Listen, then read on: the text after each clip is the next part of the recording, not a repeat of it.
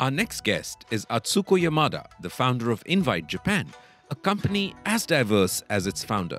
Yamada-san might be a little unconventional. Let's just say social norms aren't her cup of tea, but her curiosity and a healthy dose of selfishness, as she'll explain in her talk titled How Powerful Selfishness Fuels Success, turned a career detour into a thriving FinTech company. They even pivoted their business during COVID, proving that sometimes a little chaos can lead to great innovation. Tune in as we dive into the world of Invite Japan, where multiple languages and cultures collide and emotions are embraced, all while having a blast.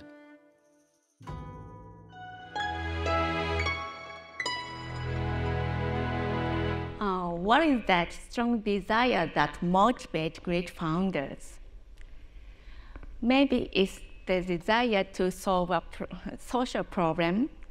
Maybe it's a desire to do something they love. For me, I am working for happiness. Not only for the happiness of others, but for my own. Because in order for me to be the happiest, I seek happiness in everyone and everything around me. Not only people, but also animals and plants. And it is my own ego that wants everyone to be happy. When I surround myself with those happy people, environments, animals and plants, I create happiness for my team, happiness for my clients, happiness for our associates. And that I find my peace and purpose and focus. It might be selfish to serve my own ego, that happiness is my strong desire. I have enjoyed my work since I was young and employed by a company. The experiences I could have because of my job, the things I could see, and the people I could meet bring me satisfaction. And I am able to meet new challenges and people all the time, which satisfies my curiosity. I love it. It hasn't changed. Then my boss asked me, "What do you want to do?" I couldn't think of anything in particular that I want to do, but I want to be happy. I tried to imagine a state where I would be extremely happy. Then I realized, in order for me to be happiest, everything in my field of vision has to be happy. It would be strange if there are something people or other beings with unhappy faces. I am happier when everyone is happy. I was able to realize something important, but my thinking didn't go any further at that time. Every day, there was something new to learn. My curiosity was satisfied, and that was enough to keep me happy and busy. It wasn't until I started my own business that I started thinking about happiness again. Even when I enjoy my work, it bothers me when my employees don't seem to enjoy it. I began to think about how to make the company a place where all employees could enjoy their work. I started talking about such things. In March of 2020, as the world began to shutting down, we were all looking into a dark, unknown future.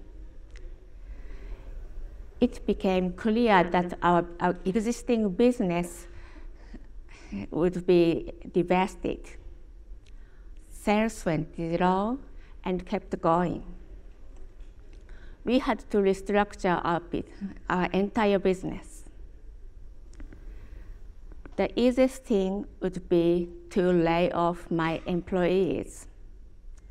I refused to do that. I did not want to lose anyone. Half of our employees are from other countries. I'm sure that their families are very worried about being so very far away from their loved ones in the time of crisis. I'm sure they all considered leaving Japan. So I made a promise. I wrote to each of their families with my strongest message. I will protect your family in Japan. Nobody quit. We rode the storm together as a unified company. When I think back, it may have been an irresponsible decision. My determination was strong, but there was no guarantee that I could protect my employee as we tried to move forward.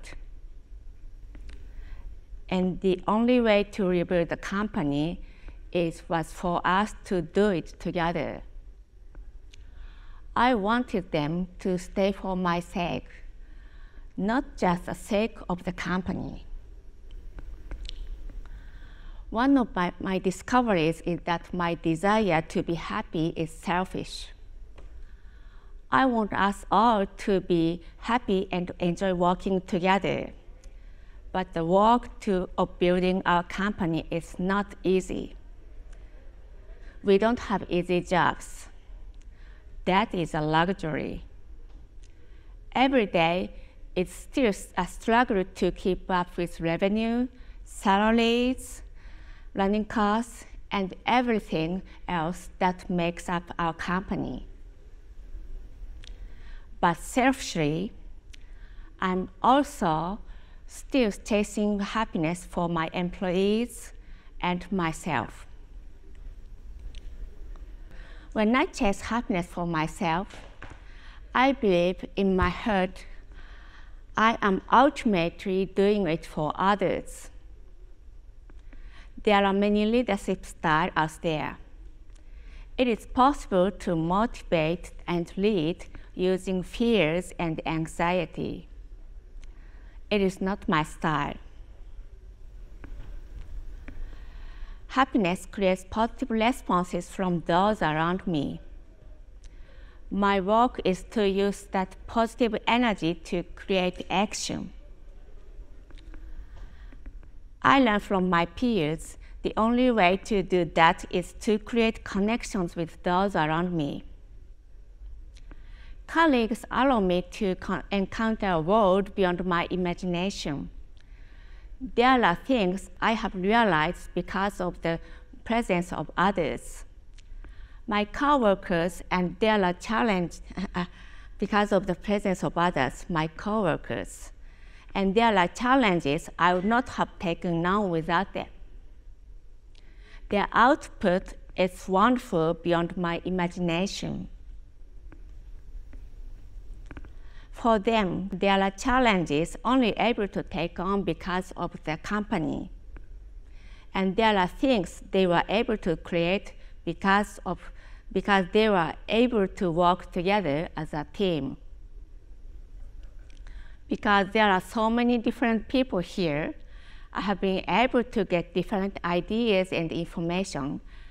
I have been able to achieve results that are far beyond my capabilities. It is the power of my colleagues that pushed me beyond my own imagination. And to be honest, if it was just me and my company, I would not have been able to take such a stand.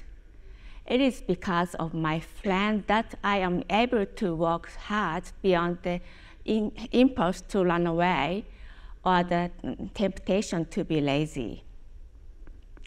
I also realized that learning comes from taking action and experiencing things for myself. When my boss asked the question, "What do you want to do?" I imagined my own happiness and surrounded myself with the happiness of the others. But I didn't think further to consider what that looked like or how to get there.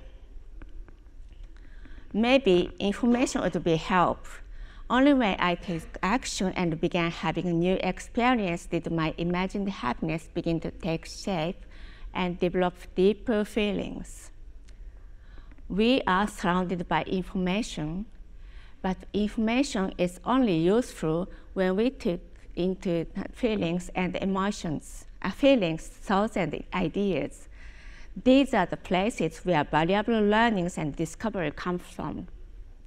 When you take time to observe your own feelings and emotions created through experience, you will find lessons that guide your actions personally. Personally, my way of meditating includes mindfulness through action in support of others. That makes me happy. And that I cannot be happy by myself.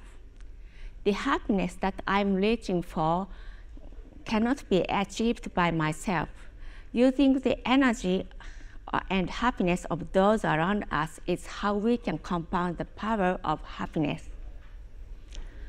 I started the business on my own ego, got my friends involved, and managed to keep the business going despite being swallowed up by the great wave of Corona. The work is fun. There are many hardships and I still suffer. But I discover and learn a lot from the pain and sufferings.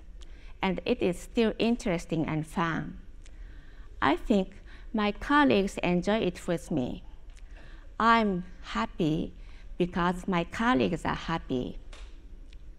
I want all of you to be incredibly happy too, for your own sake, for the sake of those around you, and for me.